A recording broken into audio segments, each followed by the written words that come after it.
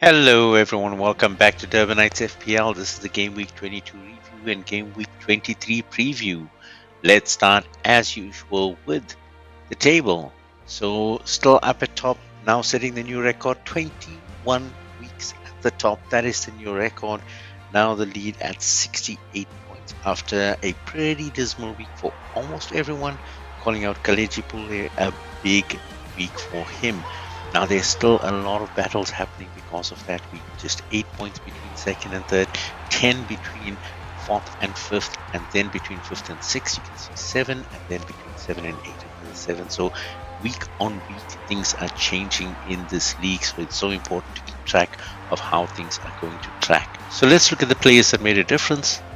Looking at the staples, Lewis Hall now enters at the same level at Alexander Isak, with 8 out of 10 managers having these players on their teams. Mo Salah still 10 out of 12 managers, and Cole Palmer still owned by every single manager despite having a few blanks on his resume so far. But this week the biggest differentiator is Justin Kluivert, 22 points, a hat-trick, bonus points, everything you could ask for in one game. Fantastic, only owned by one manager, and you're going to be surprised when you find out what happened there. Emil Smith-Rowe also owned by one, coming up with 11 points after a series of blanks. Well done to the one manager that had him. And Trent Alexander-Arnold, the only defender to come up, owned by 3 out of 12 managers, and really making the difference this week, also 11 points. Now looking at the hits and misses this week, 2 hits here, so 20 plus points for Suad and Azra, both of them with Trent in their back line, making sure that they're getting those stonewall points. And on the super striking side, the champ is back in with his striker selection, and Suad again coming in, having a pretty good week this week.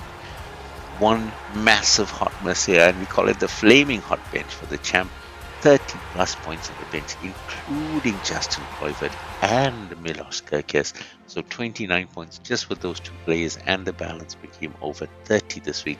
Not a great week. He had a great chance here to catch up and get back into the race.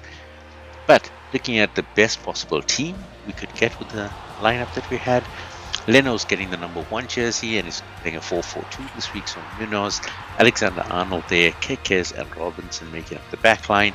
And then you've got Justin Kluivert getting the captain's armband, 44 points there for him. Martinelli, Smith-Rowe and Wilson featuring, keeping Ismail Assar on the bench with just 3. Up front, you've got Watkins and Wood taking up the front line. No place for Haaland on the field. He's going to have to get on the bench with 6 points, and Mitchell being the 5th defender on points. And then, of course, Henderson getting 6 to be on the bench. Now, this team would have got you 128 on the field, 149 on the bench, with a total cost of 95.5. So very, very affordable, meaning that the more affordable players are definitely making a difference in this league. So let's get moving on to the fixture rating for this week. Now, it's a very mixed bag. As you can see, a lot of reds and oranges, even in those that we're considering as favorable.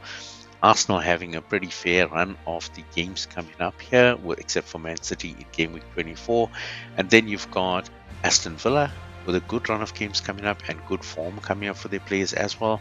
Brighton as well, getting back to winning ways against Manchester United and now having a few winnable games in their sights. Brentford looking to make a comeback here after having a fairly droll spell. Now look at maybe Mbeumo and Wissa coming back to spark something off.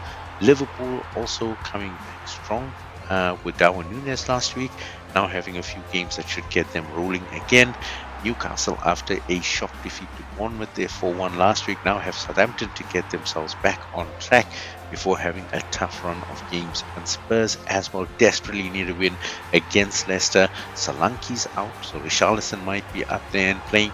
But otherwise, you're looking at Son, Madison, all of these guys looking to get some points on the board.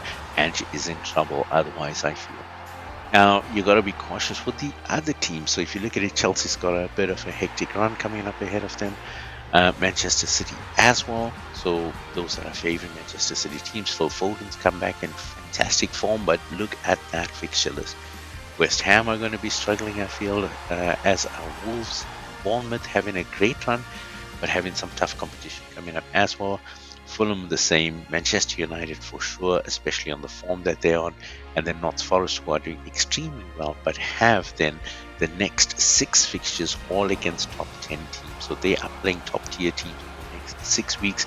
Gotta wonder whether Aina, Chris Woods, Hudson Odoi, and that group is gonna really be able to crack through that one. So let's look at the transfer news as well, as we're still in the January transfer window. Diego Carlos has now left Aston Villa, so he is out. And we have, of course, the inbound. Kinski coming in at Spurs, goalkeeper. I could do a defense in Wolves. Daniel Marlin coming in as a forward for Aston Villa, actually playing in midfield as per the game. So look to him because he is a proven goal scorer. Coyote coming in to strengthen up that Brentford defense, and Marmoush coming in for Manchester City as a second forward. So this is the actual replacement for Julian Alvarez, and look at Man City possibly even starting to play 2 forwards to give Erling Haaland some support. So this is going to be interesting to watch. Looking at the internal transfers, also something very interesting happening into league. So Jaden Philogene we covered last week as well, moving from Villa to Ipswich, but Villa have now also taken Julio Enciso from Brighton. He is a talented midfielder, can score goals as well. So it looks like Ipswich are going to make this push towards the end of the season to try and stay up, and they are taking in some quick loans to allow them to move that way. And Julio Enciso is definitely a goal scorer to keep an eye on. So when Ipswich games lighten up a bit, we're looking at Omari Hutchinson, Jaden Philogene, and Julio Enciso in that lineup. Actually, you might want to favor one of these guys. Trevor Chalobah has actually been recalled from Crystal Palace, so he's back in Chelsea's lineup. So expect him to be featured there at some stage, I would assume. With that, we move to the selection of players. Now looking at the back lines, Nick Pope is on his way back for Newcastle. Not sure whether he will play this week in place of Dubravka after that screamer last week, but he is still not match fit, so expect Dubravka might have another game in him. Vicario still out for Spurs as well, and Hamilton for Leicester. But looking at the picks for goalkeepers, Emilio Martinez got to be on that list high. He has great fixtures coming up, and he is generally dependable. David Raya for Arsenal, Mark Flecken for Brighton, and then of course Sells for Nottingham Forest. On the defensive side, Saliba for Arsenal is highly doubtful. Ruben Diaz is still out for Manchester City. Mazraoui is also picked up a knock for Manchester United, as has Levi Colwill for Chelsea. Not too much to be worried about there, but here we have selections that we're putting in. Lewis Hall doing so well for Newcastle, and they have a great game this week. Expect him to do much there. Then you've got Daniel Munoz for Crystal Palace, Gabriel for Arsenal, Alexander Arnold for Liverpool, again double figures last week. Pedro Porro for Spurs, who are going to look to be super attacking this week, is my feeling. And then Pervis Estupiñán from Brighton, good fixtures coming up, and he is making a great return to form. What does that mean on the midfield though? Again, a long line of injuries. Jeremy Doku is now out from Manchester City as well. They wouldn't mind it too much. They've got Phil Foden coming on. They've got Savinho to bring in, so they do have players coming up for this Chelsea game. Saka is still out for Arsenal and probably missing most of the season, as is Dwight McNeil for Everton. Jared Bowen is still highly doubtful for West Ham. They are struggling at this moment in time. And then same for Harvey Barnes. Enzo Fernandez also picked up a bit of a knock for Chelsea, so doubtful for him. Brendan Johnson's out until April by the looks of it, February until that for Spurs. And then you've got Jones out for Liverpool. I think they have enough firepower there. And then Hudson Odoi picking up a knock for Nottingham Forest. In terms of the picks, with the fixtures that we're looking at, Arsenal's duo of Trossard and Martinelli, they're both playing really, really well, getting a chance to shine now that Saka is out, and Martinelli is playing in this role that is allowing him to get forward and score. Still looking at Cole Palmer, even though he's blanked, he's much too valuable to be left behind, I feel. Same with Mo Salah. And then Villa with the fixtures they have, looking at the youngster there, Morgan Rogers. Yuri Tielemans is actually getting into the game as well, and then the new transfer that's come in, Daniel Marlin, playing in midfield. Aston Villa, he is a goal scoring player, so definitely one that you might look at in the short-term transfer window. Then you've got Anthony Gordon from Newcastle, again, quite a bad one last week, but expect him to do something against Southampton. And then the trio in Manchester City's midfield, you might want to squeeze in Kovacic there instead of Savinho. but that is the options that I'm going with. And then you've got Son and Kulusevski at Spurs. Again, Spurs are going to look for goals. They're going to look for 3 points coming out of this fixture that they have this week. And then Brian Mbeumo squeezing in now because of Brentford's fixtures. I think he's a good bet if you have the money for him.